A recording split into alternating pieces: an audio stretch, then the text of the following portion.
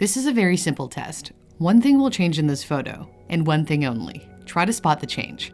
I'll give you a few seconds to figure it out.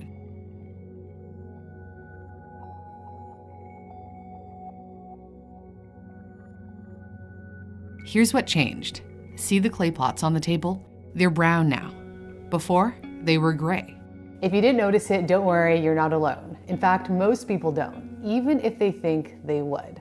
That's the part that I find the most interesting, that people think they'll notice things that they actually don't. You can make changes that are fairly big, much bigger even than the one that you made, and people will miss those. Psychology professor Dan Simons is famous for his experiment where people were so busy counting the times those dressed in white passed a basketball that they failed to see the gorilla walk past in plain sight. Why is it that we fail to see things that are right in front of us? Part of it is that we just have limits on how much we can focus on and pay attention to in any moment. There's only so much we can remember from a glance at a scene. If the visible structure of the eye is like a camera lens, then the retina, the inner layer of tissue at the back of the eye, is like the film inside the camera. This delicate organ forms an image by collecting light reflected from the surrounding environment. But within the retina, very little of it is actually high resolution, consisting of fovea that does complicated tasks like identifying faces. Most of our vision is low resolution, so we can't see everything. We are bombarded by so many stimuli that it exceeds the capacity of our brain, so we ignore most of what we see. If you think the clay pot example was too subtle, you're about to see one of Dr. Simon's experiments showing an extreme example of how much some of us fail to notice. An unsuspecting pedestrian is giving directions to the guy on the left, who is actually one of the experimenters in this study. A door passes between them, and the first experimenter is replaced by someone else. And the man giving directions has no clue he's now talking to a different person. 8 of the 15 people approached in the study didn't know the person they were talking to was replaced with someone else. Because we really don't spend that much time paying attention to the individual features and characteristics of somebody who's asking us for directions. After the change, we'll say, hey, did you notice anything unusual after those people went by carrying a door? And say, well, that was kind of rude. They could have gone around us, but they really have no idea that they're talking to somebody else. And he says those who did notice the change continue to give directions anyway, because they felt the social pressure to. So what are the implications of change blindness in everyday life?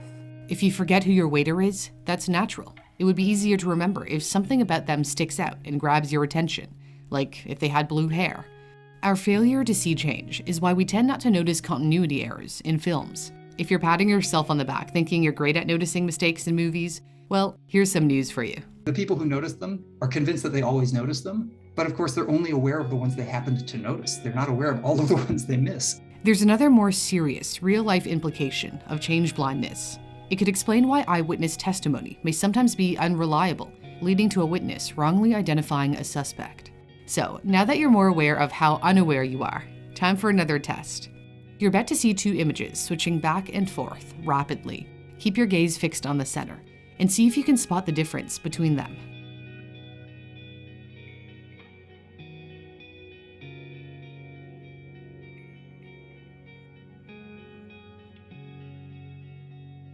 So, did you see what changed? If not, pay attention to the man on the right, wearing the jeans. But just like before, keep your gaze on the center so that only your attention has moved, not your gaze.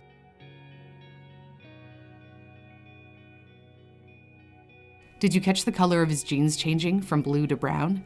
Now that you know what's changing, you can see the change happening for yourself because you're focused on it. If you don't focus on what's changing, you're simply not going to see the change. How about one more example?